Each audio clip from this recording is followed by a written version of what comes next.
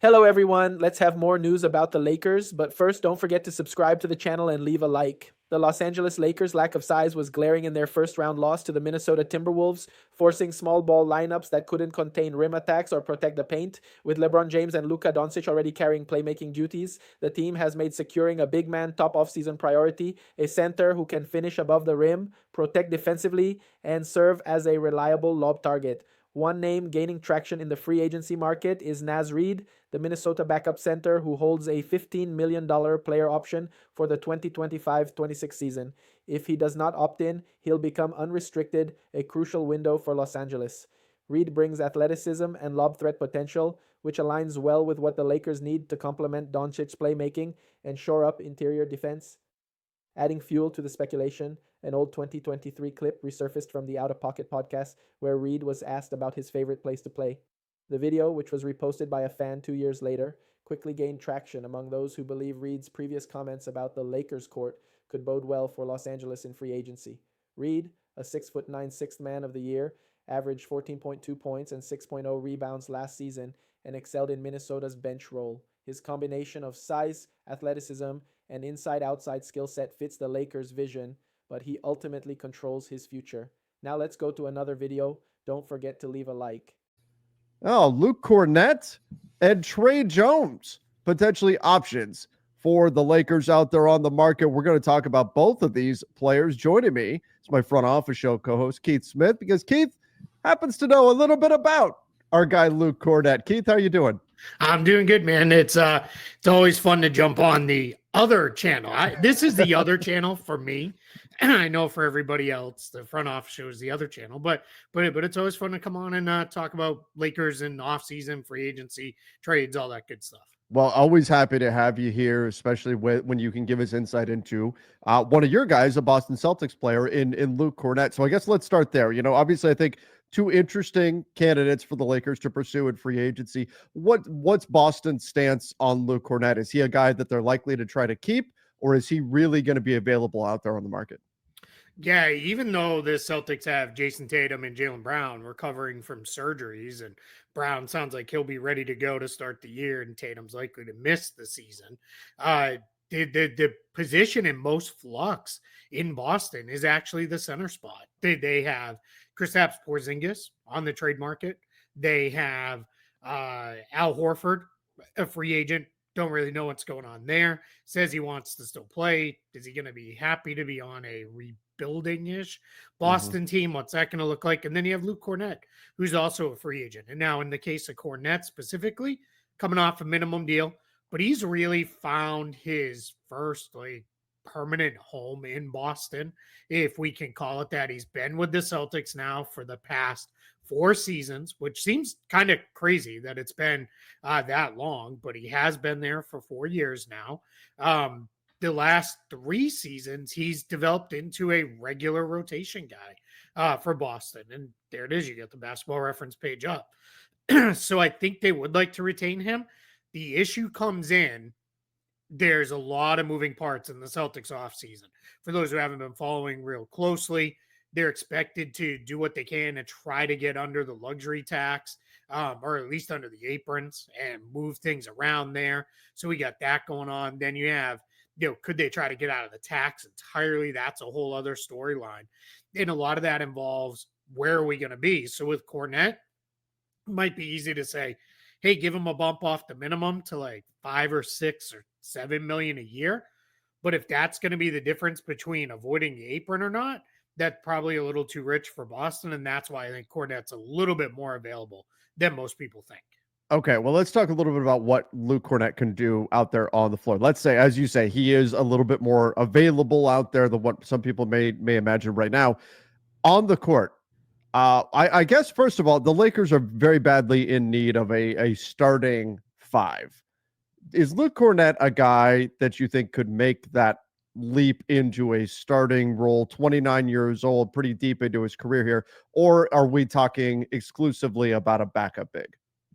I think if you have other options you're going to go to at the 5, meaning we're going to close small, or we're going to play just a different kind of big at times, Cornette can start for you, give you 25 minutes a night as a starter, and you're going to be just fine. He's done that multiple times for Boston over the last several years, and it's always gone okay. He is. I think people have this vision of Luke Cornette still, even though it's been like 6 years since he was this as a player, of this guy who steps out and shoots a ton of 3-pointers, Right. right? That's why he was the unicornet when he was in New York, and they started all that stuff. Doesn't shoot any 3-pointers anymore. He had a shoulder injury that really messed up his ability to shoot in the middle of his career to this point, the middle of his career, and basically completely changed his game. Now he does everything around the rim, and he's really, really good around the rim. Mm-hmm. Really, solid finisher at the basket area. Soft touch. Yeah, very soft touch. Can get. He's not gonna. It's not Obi Toppin off the slam ball trampoline above the rim, but he can get up there and catch lobs. I love the 90s references, Keith Slam Ball. Oh, Right? that was a good one. It's so, but really, really solid around the rim.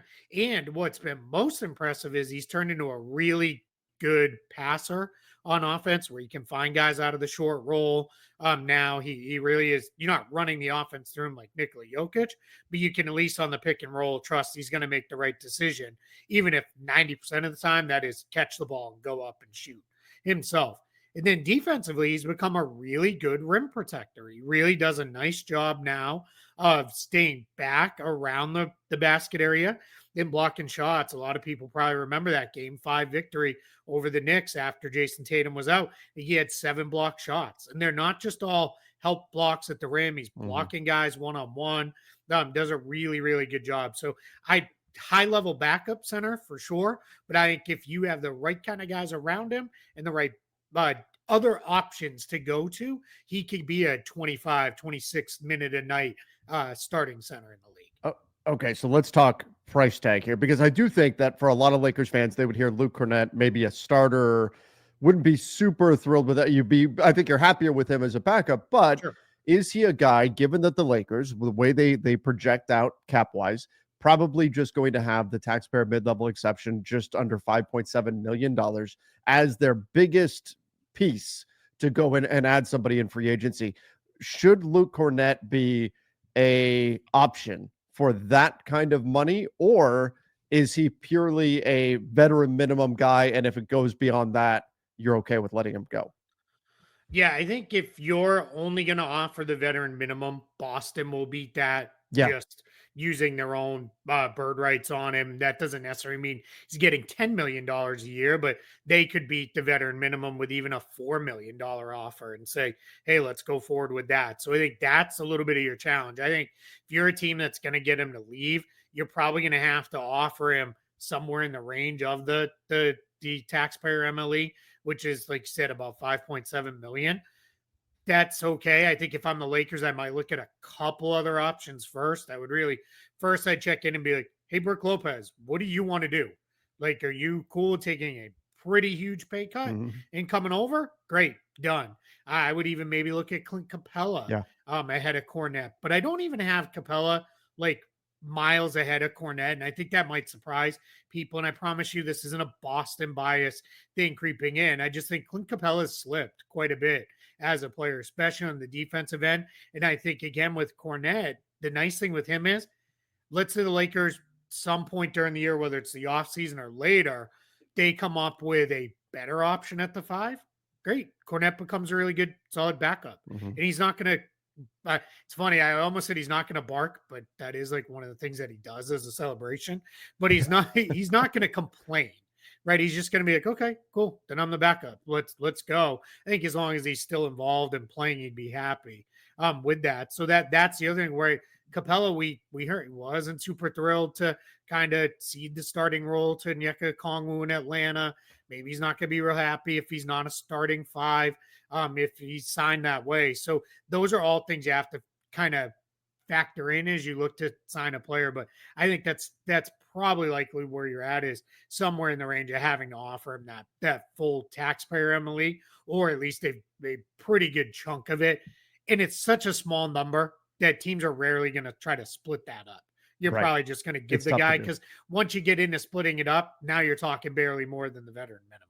Right. So Cornette, he is a guy that's interesting to me. A lot of times we focus on just pure athleticism for players that are going to work at the five with Luka. We look at guys that are going to be able to jump on that trampoline and catch all those lobs. And Cornette can be a lob guy. He's not the level of lob target that some of these other guys in the NBA are that have these insane springs for legs. But what really impresses me about Cornette is that he does tend to, when he gets in pick and roll situations, he puts himself in the right spot time Yeah. after time. He slips into open space. He's very crafty with finding those openings. And a guy like Luka would certainly take advantage of that. So I don't think he should be dismissed out of hand, though ultimately, Keith, I agree with you. I think that he shouldn't be the top of the list. I think if you're going to spend that $5.7 million on a center, there's other guys you're contacting first.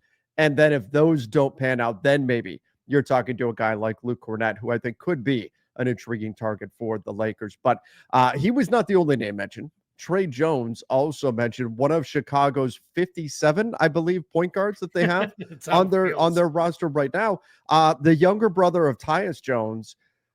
How do you view? I would imagine he would be more of a minimum guy. San Antonio spent some time there, got traded to Chicago last year. How do you view him specifically in the context of the Lakers roster already having Austin Reeves and Luka Doncic? Does Trey Jones make sense for the Lakers? I don't know that he makes sense in the idea of you still have Gabe Vincent on the roster. Now, if Gabe Vincent moves on via trade somewhere, then I think you could start to look at Trey Jones and say, all right, he comes in as the effective backup point guard, right? And that's fine. I think he could play with Austin Reeves more than play with Luka, only because he's just not a really good 3-point shooter. And I don't want anybody to be like overwhelmed by that 39% shooting last year, then the 50% with the Bulls, because it was like 30 total attempts. Right. Like he's not even a 3-point shooter, period. Yeah, He's just a non-shooter.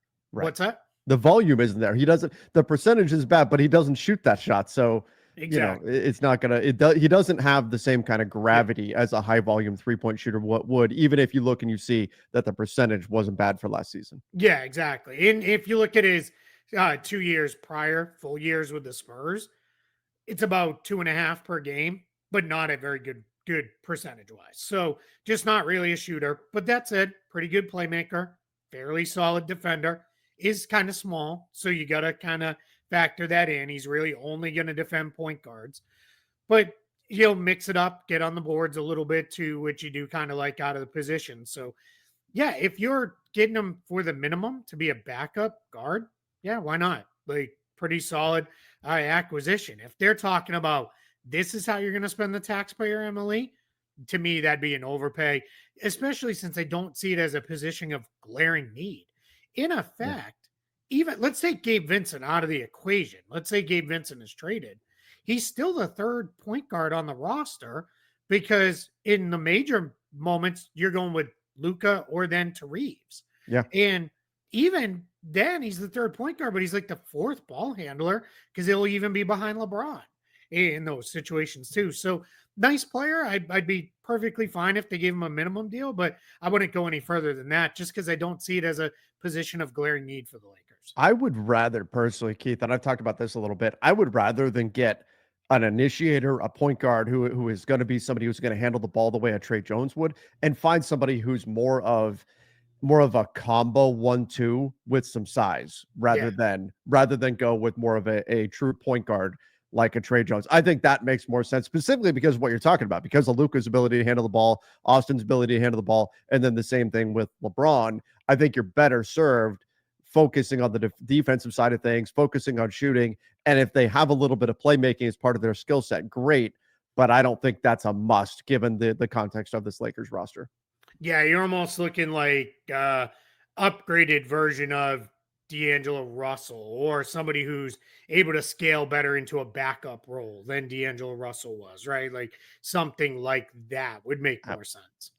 Now, again, this is a blast from the past and all of that. And this is simply to say this particular skill set, not necessarily the specific player. You never say never, but like a Lonzo Ball type Sure. would make a lot of sense. Size, defensive versatility, a ball mover, can shoot the ball from the outside. Didn't shoot particularly well this last season. Obviously, injury issues, but that skill set I think would be the more ideal fit for the Lakers. Yeah, and if especially if you're ever going to talk using the taxpayer, Emily, like Bruce Brown would be somebody I would call before I'd throw that at Trey Jones or anything like that. And it sounds like I'm super low on Trey Jones. I just, when you are a one position point guard, that's fine. That can have a ton of value on teams. Just look at his brother. For years, I felt like he was the best backup point guard in basketball, had a ton of value to the Grizzlies because John Morant was an injury risk and missed a lot of time. When he's been a starter in his last couple of spots, we've seen he's a little overmatched as an every night starter. So I would probably go a different direction if I'm spending more money, but minimum deal, yeah, by all means, jump all over it. All right. Well, Keith, thank you so much for jumping on here and helping us talk a little Luke Cornett and Trey Jones as we get closer to the draft and free agency and the trade market and all that kind of stuff. We know things are going to be picking up. So appreciate your time here. Yeah, absolutely. Happy to do it. Everybody, let us know your thoughts in the comment section. Luke Cornett, Trey Jones, potential targets for the Lakers. What are your thoughts? Again, let us know in that comment section. Don't forget to subscribe right here to the LakersNation.com YouTube. Oh, the Andrew Wiggins to the Lakers hype train continues. Now, look, I would love to have Andrew Wiggins. He absolutely, undoubtedly is the type of player that the Lakers desperately need, right? An athletic, versatile, defensive, two-way type of wing that could slot in, 2 through 4 on many occasions, right? Probably best in that 2-3 range, but if you were to go small ball, maybe put like LeBron at the 5, right? You could have Wiggins at the 4, right? Like his versatility, particularly on the defensive side, his ability to switch and defend 1 through 5 on many occasions, right? Like that is the type of player the Lakers really need. Now, my biggest knock, and I've talked about Andrew Wiggins before, my biggest kind of knock and concern with Andrew Wiggins is just his contract. Right. He's getting paid pretty hefty, which the Lakers would have to go and work out a deal. That's not counting would, the Miami Heat even trade Andrew Wiggins to the Lakers. Right. Got to keep in mind, Pat Riley still is not over the whole LeBron James leaving thing. So would you be able to work that out, or would it have to be something where, maybe you're a third team that you're landing Andrew Wiggins, but Miami is landing this other player or whatever, and Andrew Wiggins is going out in the trade, right? If Miami lands, a Kevin Durant, right? Maybe they're sending out Andrew Wiggins, and maybe, the Suns just like Rui Hachimura better, right? And they're like, man, he could slot in beautifully at the 4 for us alongside, Nick Richards or something. I don't know, just kind of spitballing here. But, again, let's say you can get past the Miami trade part. Sure, perfect. He's still going to be owed $28.2 million, which means the Lakers have to send out basically $29 to $30 million, as well as he has a player option for $30 million the next season, which he's probably opted into, right? So again, that's pretty hefty, pretty pricey for basically your 4th option. Right? I mean, you got to figure, unless the Lakers are sending out Austin Reeves in that trade, which I don't believe that they will, right? You're talking, Luka, LeBron, Austin Reeves, and then Andrew Wiggins as your 4th option. Now, Andrew Wiggins as your 4th option, you're probably a very good, if not great, basketball team. Andrew Wiggins is probably in that 3rd to 4th option, right? You look at him on a team like the Golden State Warriors, right? I mean, he won a championship essentially as the 2nd option. I mean, he was so good in that run. I mean, there were talks about him winning finals MVP, right? And so, he's a guy that on any given night, any given stretch, any given moment could be your 2nd best guy, but he's probably best in that 3rd option role where he's slotted in that place. A guy that could easily slot in your 3 alongside Luka, Austin Reeves, and then you could have a Andrew Wiggins with LeBron James, and then go get that center, right? Can you go get a Daniel Gafford or something like that?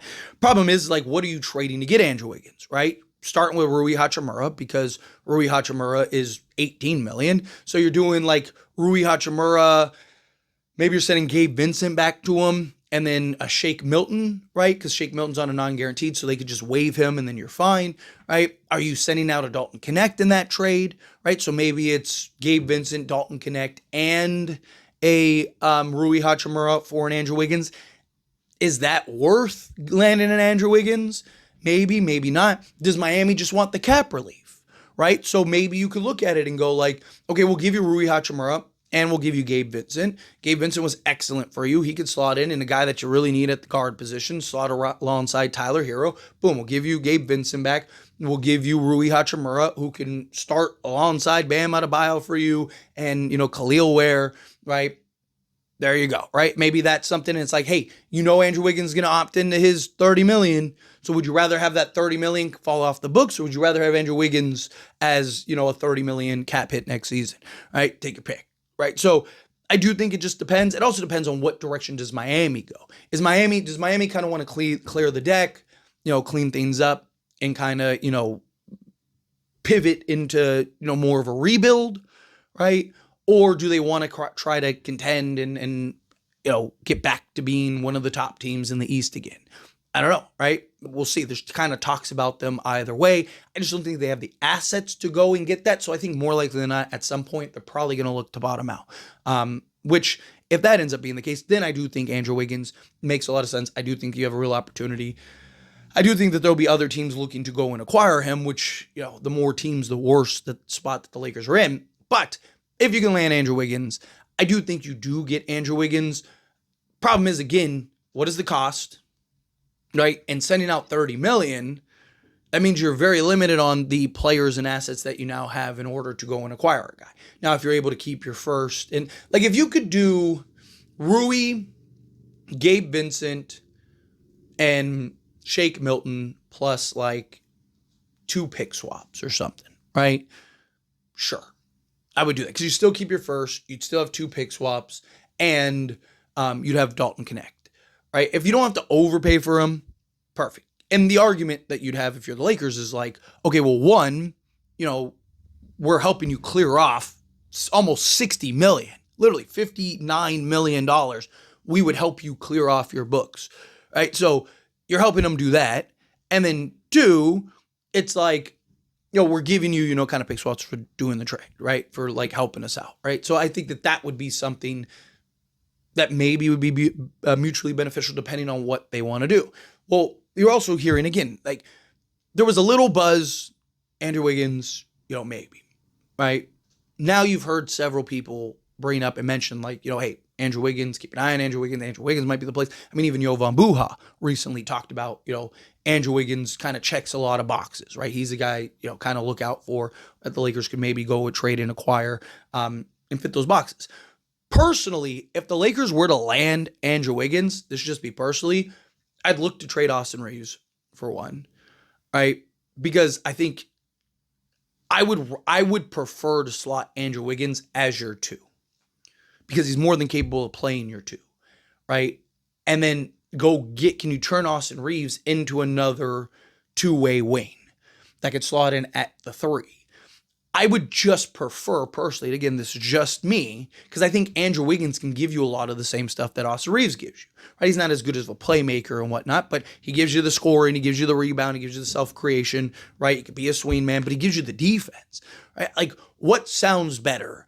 A Luka Doncic, Andrew Wiggins, and like a Cameron Johnson with a LeBron James and a Nick Claxton, because you're able to get Nick Claxton and Cam Johnson because you're trading Austin Reeves, than a Luka, Reeves, Wiggins, LeBron, and maybe like a Gafford, right? Because if you're not trading Austin Reeves, it makes it a lot harder to go trade for another $27 million contract, right? Like, I would prefer that switchable, versatile, defensive, 3-and-D lineup.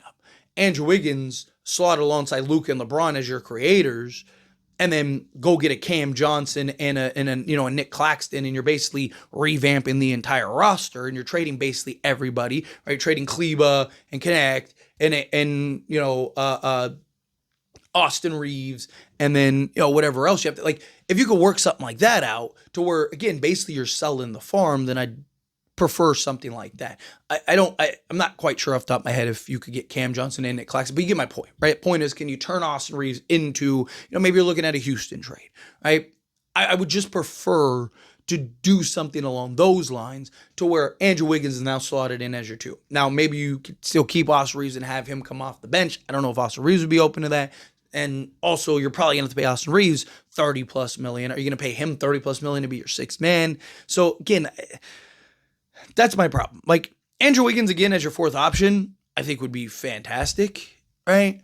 I think it would really put you in a great spot, but it's just you still need to solve your center position. Now, granted, look, the Lakers could you go get a Clint Capella and a Jericho Sims or a Brook Lopez, right? Would LeBron be willing, if you go trade for an Andrew Wiggins, be like, okay, like in order to keep Austin Reeves, get an Andrew Wiggins, right? I'll now take that so we can free up our full mid-level exception so we can maybe go get a Bruce Brown and a Clint Capella, right? Because the full mid-level exception is, I think, just under around 14 million, something like that, 13 and some change, right? So maybe you could get, a Bruce Brown for 10 million and a Clint Capella for 4 million, right? Now you got both of those guys. You got those guys slotted in. Go get a Jericho Sims on a vet minimum. Keep Jackson Hayes. Maybe take a flyer on a DeAnthony Melton. Boom, now you're in business, right? Maybe your starting five is at that point. I mean, I'd still like Bruce Brown, but in your starter. But you could go Luka, Reeves, Wiggins, LeBron, and Capella. And then if you wanted to go a more defensive unit, you could go Luka with Bruce Brown, Andrew Wiggins, LeBron James, and Clint Capella. And then off your bench, you could have like a DeAnthony Melton, Bruce Brown, right? With Brook Lopez is like kind of your core 8.